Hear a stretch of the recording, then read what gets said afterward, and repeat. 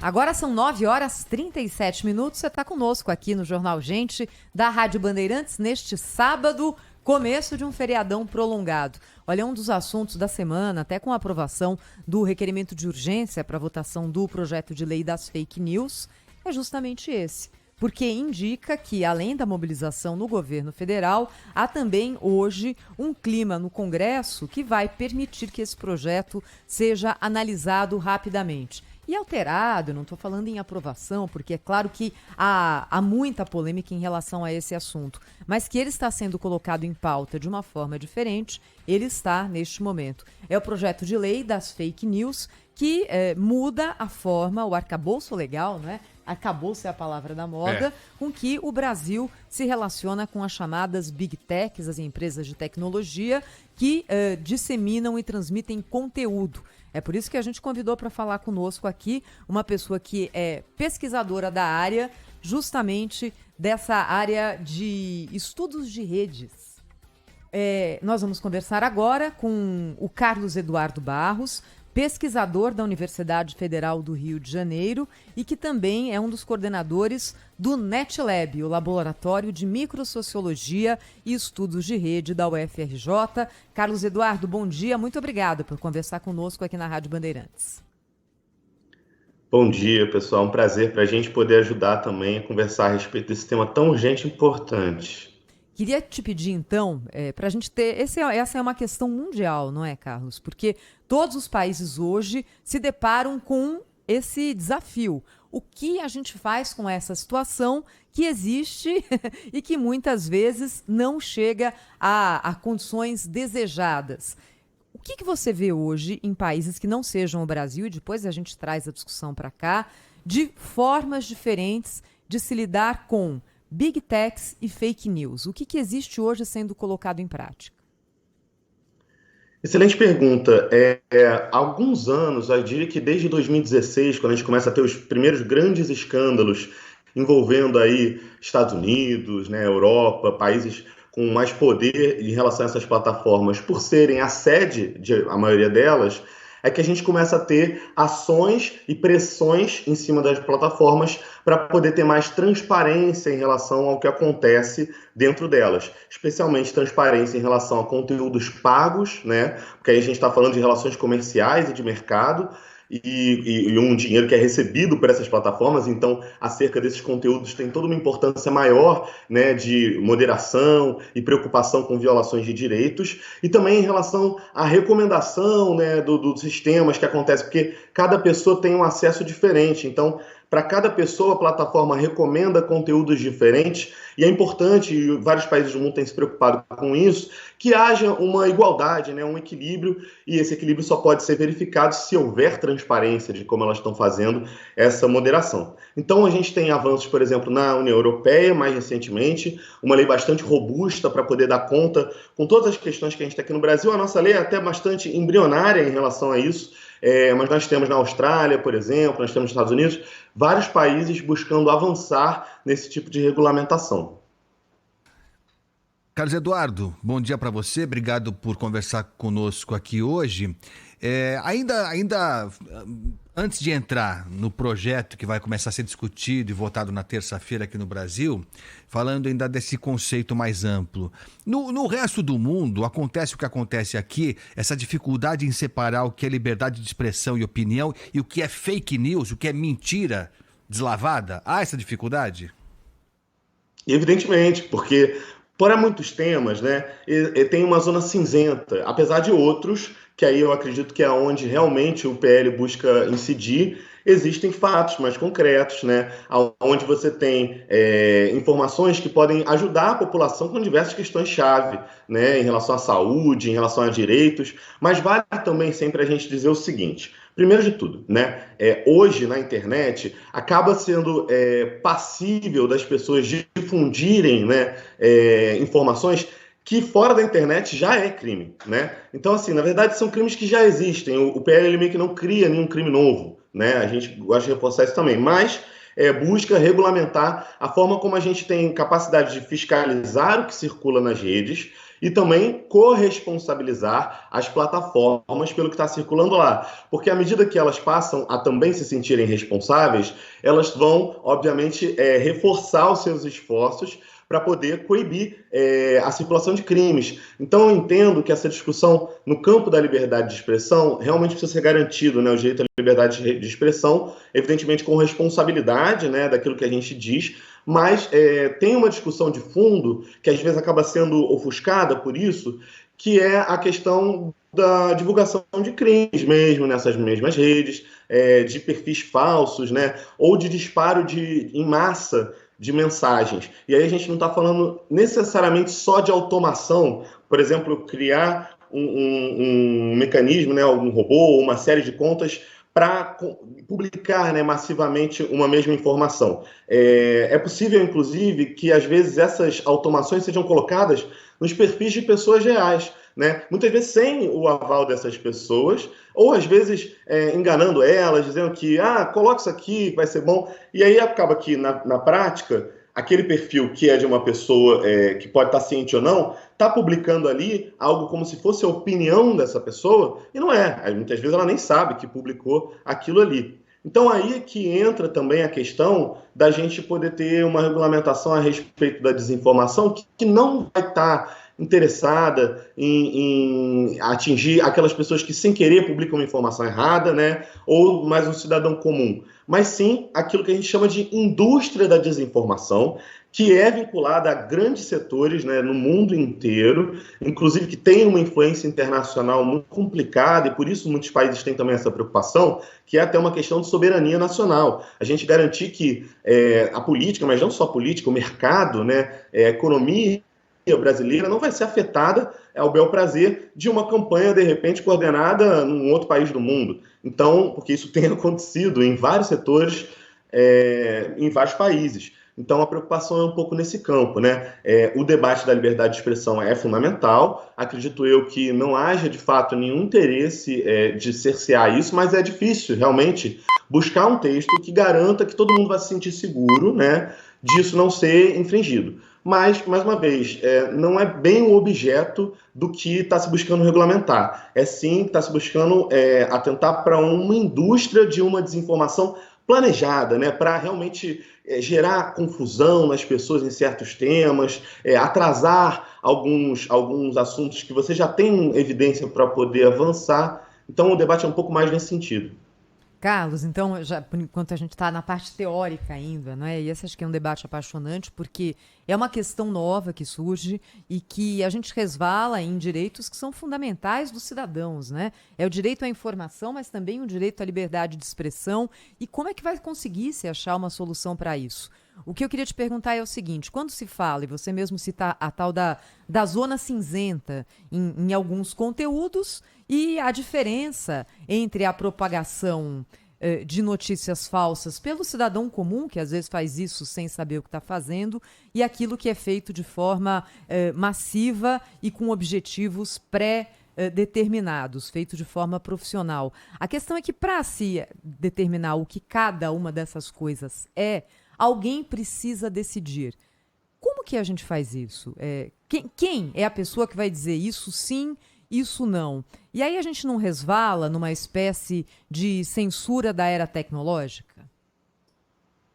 Esse é um ponto que a gente precisa justamente ter bastante atenção. De fato, se fosse uma questão de decisão pessoal, né, quando a gente fala quem vai decidir, parece que alguém vai sentar lá e decidir, isso acaba às vezes acontecendo quando não se tem a regulamentação. Então, por exemplo, hoje é muito comum, muitas pessoas que estão nos ouvindo podem já ter passado pela situação de ter um conteúdo retirado do ar pela própria plataforma, né? Às vezes um conteúdo que era legítimo, porque a gente não tem essa transparência de como e por que elas retiram, prejudicam às vezes a monetização de um produtor de conteúdo ou coisa do tipo. Então a intenção é ir um pouco por aí. E há critérios objetivos para a gente poder avaliar quando a gente está falando de uma desinformação orgânica, né, ou melhor dizendo, de uma informação errada, né, porque o conceito de desinformação, a gente depende que ele já tem a ver com essa informação, esse ataque que é coordenado mesmo, né. E aí um ponto-chave para nós do NetLab é justamente a questão da transparência e dos anúncios pagos, ou seja, quando a gente está falando de conteúdo pago nas redes sociais, nas plataformas, a gente consegue ver de forma mais clara que é um conteúdo que é profissional, né, que tem alguém financiando, então que ele deveria seguir regras similares ao que já tem na publicidade do rádio, da televisão, dos jornais, né, que já é regulamentado. Então, essa é uma das formas mais claras que a gente consegue identificar e diferenciar o que é a liberdade de expressão apenas e o que em algum caso de desinformação, traços que possam ajudar a responsabilizar aqueles que estão financiando isso. Então, por exemplo, quando a gente vê anúncios em massa sendo publicados por alguns perfis que têm falsidade ideológica, que fingem ser pessoas que não são, e que estão ali divulgando um conteúdo que finge que foi dado por um certo jornal, mas na verdade não foi, e induz o consumidor a clicar num link que pode gerar um golpe financeiro, foi um dos temas do relatório mais recente do NetLab, a gente está falando de um assunto que é bastante plausível de se ter um consenso na população de que aquilo realmente precisa ser regulamentado, né? E o mesmo vale para algumas outras áreas. Então, a intenção, eu acredito, no mundo todo, diante desse problema que realmente é necessário garantir os direitos das pessoas poderem se expressar online, a gente precisa também dar conta de garantir que as próprias empresas, plataformas de mídias sociais não vão infringir esse direito, né? E vão precisar explicar como funciona a sua moderação, criar esse equilíbrio entre o que vai alcançar mais pessoas e o que não vai, e dar também essa transparência, porque a gente entende que é o ponto-chave, que sem ela a gente não consegue, inclusive, fiscalizar o que está circulando de nocivo nessas redes, de criminoso, né? E aí depois eu acho que a gente pode desenvolver um debate mais a fundo a respeito de a questão mesmo da informação falsa, quando ela é passada, né, pelas pessoas comuns. Mas acredito que o primeiro passo é justamente dar conta daquelas coisas que já ameaçam justamente o nosso direito à liberdade de expressão, que é essa ação arbitrária das plataformas, né, priorizando certas coisas e prejudicando outras, sem nenhum aval, em regulamentação que seja baseado na sociedade brasileira, né, no interesse da sociedade brasileira. Estamos conversando com Carlos Eduardo Barros, que é pesquisador da Universidade Federal do Rio de Janeiro. Carlos Eduardo, bom, a votação, ao que parece, vai acontecer na terça-feira, né? Mas antes de qualquer coisa, já houve a preocupação, inclusive do presidente da Câmara, Arthur Lira, de conversar com o relator para tirar do texto original a tal da agência reguladora, né, que seria, digamos, quem ia definir, né, as punições ou algo parecido com isso. Óbvio, dá para entender o porquê disso, né? É óbvio que dá para entender, porque você vai entregar na mão de quem, né? O direito, quem vai ser o responsável por essa agência, que agora não vai existir mais. Mas, de outro lado, não tendo agência, vai ficar na mão de quem isso? Porque alguém vai ter que bater o martelo. Alguém vai ter que dizer, não, aqui você interferiu, aqui você infringiu a regra.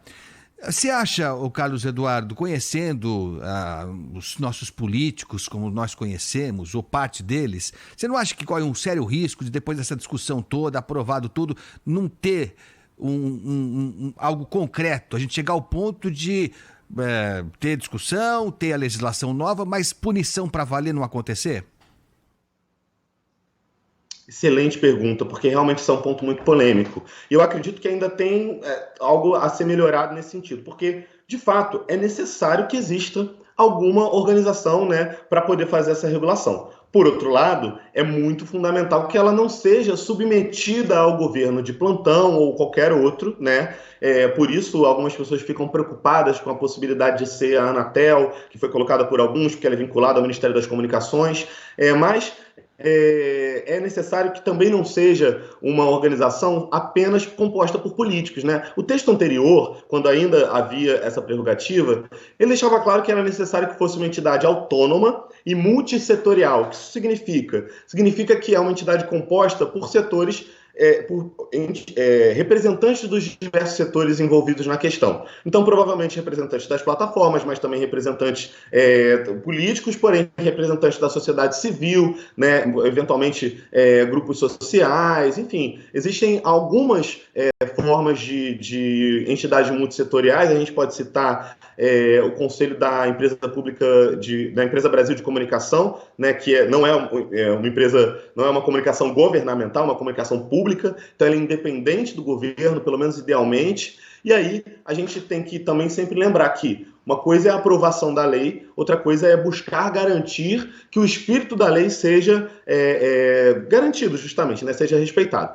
Para isso acontecer, eu entendo que há uma disputa política e há receio por parte também de muitos parlamentares dessa entidade já estar nesse PL. Por isso optou-se por retirar, na expectativa de ser definido posteriormente como seria esse órgão regulador. Aí não tem muito como a gente dizer, pelo menos no meu lugar como pesquisador, sobre a parte da articulação política, do que é mais eficiente. Mas o seu ponto é chave. Não adianta a gente ter a regulamentação sem a gente ter clareza de quem, e aí quem não de forma pessoal, alguém, né? Mas qual organização composta por quais regras e quais setores, né, para poderem fiscalizar um ao outro, vão participar disso. Existe, por exemplo, uma fala que é a possibilidade de ser criada uma autorregulação a partir das próprias plataformas. Acredito eu que seria ainda mais nocivo, né? Porque é o que já acontece hoje, de cada uma regular a si mesma, seria um pouco mais coletivo, mas a gente ainda não teria participação mais ativa da sociedade civil brasileira. E é muito importante que a sociedade esteja nisso para poder justamente fiscalizar, né, aqueles que vão estar tomando essas decisões. Mas é importante dizer também que não são, na maioria, decisões de caráter sobre o que é falso ou não. Né? Evidentemente que qualquer conteúdo que fosse considerado nocivo teria que ser baseado, né, em uma comprovação de que aquilo realmente é falso, e aqueles conteúdos que estão no meio termo, né, que se tratam de questão de opinião, evidentemente não entrariam, creio eu, né, pelo menos num sentido ideal, que se a lei for aplicada da maneira adequada, não deveriam entrar. Agora, muitas decisões sobre a moderação das plataformas, a própria transparência delas e o diálogo delas com a justiça brasileira, a gente pode citar o caso recente do Estado brasileiro tendo solicitado ao Twitter e ao Telegram, e nem a outras plataformas também, informações para ajudar a procurar pessoas responsáveis por crimes, né, de violência contra crianças na questão das escolas, e também por crimes de apologia a nazismo e outro tipo de grupos violentos, e essas plataformas se negarem inicialmente a responder esse pedido, inclusive com respostas até desrespeitosas, né, no caso do Twitter. Então, para evitar que isso gere qualquer tipo de atrito, é que é interessante trazer isso para o campo administrativo. Você tem uma entidade que vai regular, vai estabelecer certas sanções e vai criar uma relação permanente com as plataformas para que elas possam responder de maneira mais adequada, para que elas possam ter escritórios no Brasil, para que elas possam ter, de fato, investir um pouco, né, na relação com a sociedade brasileira, porque a gente sabe que tem milhões de brasileiros que são usuários dessas plataformas e muitas vezes os esforços delas estão mais dedicados aos seus países de origem, né? Não estão tão preocupados em garantir os direitos dos cidadãos no Brasil. Então é importante que isso seja feito e que isso seja feito junto com a participação de uma organização, ou de várias organizações brasileiras, né? Para poder ajudar a definir o que realmente é importante para a nossa sociedade, sem ficar na mão de um ou outro grupo econômico ou político, sempre. Carlos Eduardo Barros é pesquisador da Universidade Federal do Rio de Janeiro, está ao vivo conosco aqui hoje na Rádio Bandeirantes. Carlos, a gente falou bastante sobre fake news até agora, mas o projeto das fake news não fala exatamente só sobre isso, não é? Ele trata da regulamentação desse setor como um todo. E aí eu queria te ouvir a respeito da questão da regulamentação da publicidade nas redes sociais, porque hoje muitas vezes aquilo que é conteúdo publicitário, conteúdo pago, não chega dessa forma para o usuário, e há uma discussão também muito grande em relação à exposição de crianças a esse tipo de conteúdo. O que existe de pesquisa nessa área, hein, Carlos? Excelente pergunta, e para nós do NetLab esse é o ponto principal, como eu falei e reforço. Sem transparência, principalmente dos anúncios, a gente não tem como fiscalizar o que acontece nas redes sociais, inclusive violações de direitos.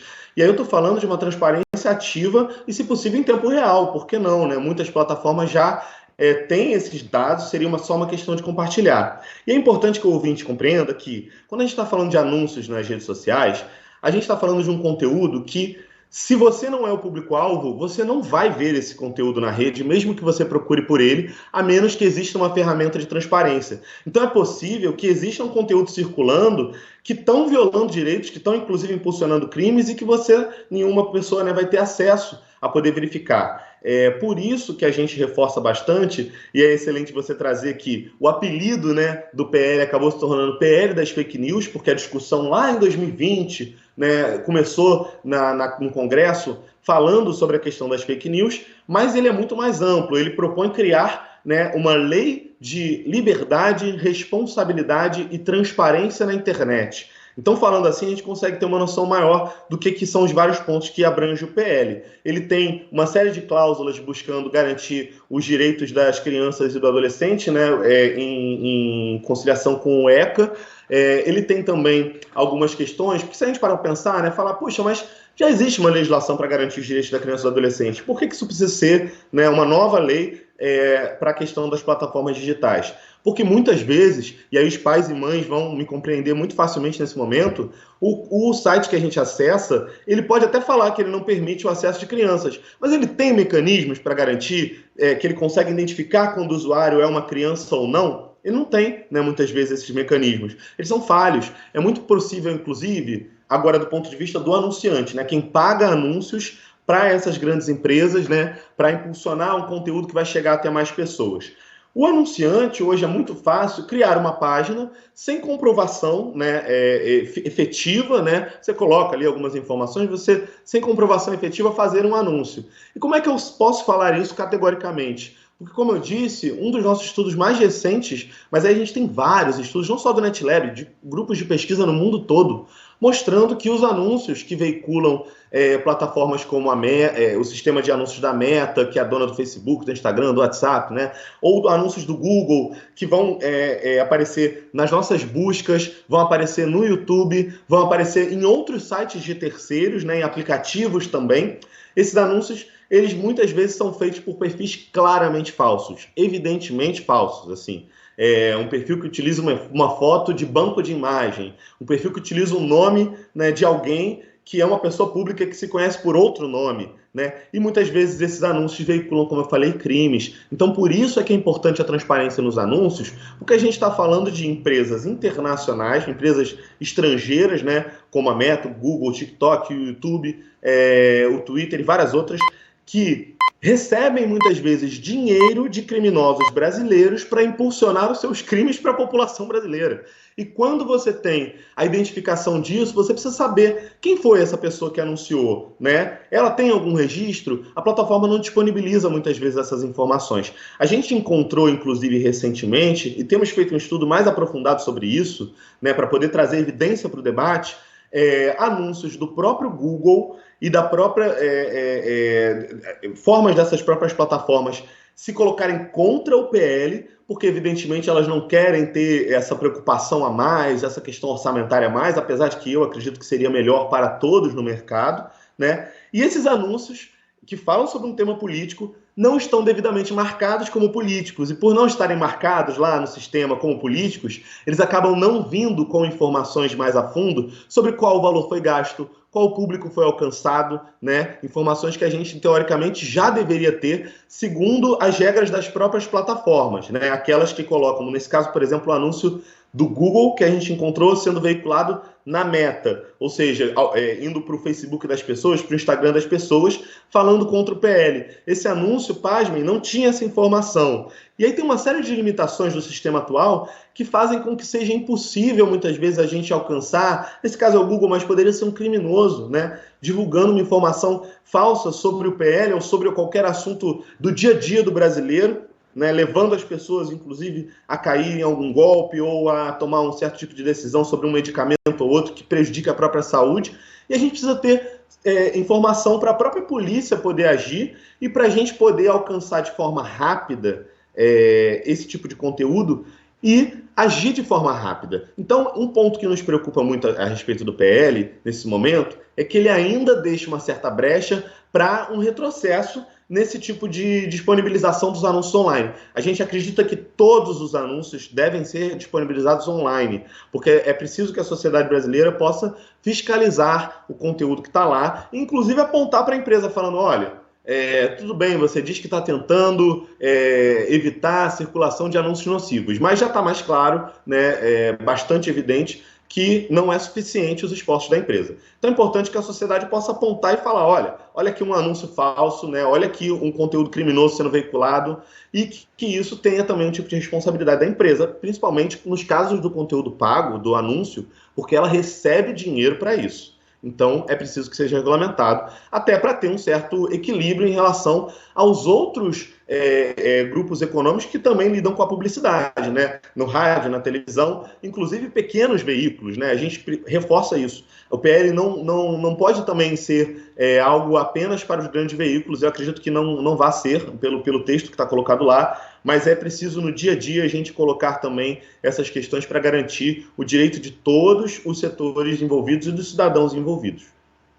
Maravilha. Carlos Eduardo Barros, pesquisador da Universidade Federal do Rio de Janeiro, muito obrigado, viu, pela presença aqui no Jornal Gente da Rádio Bandeirantes, e até uma próxima.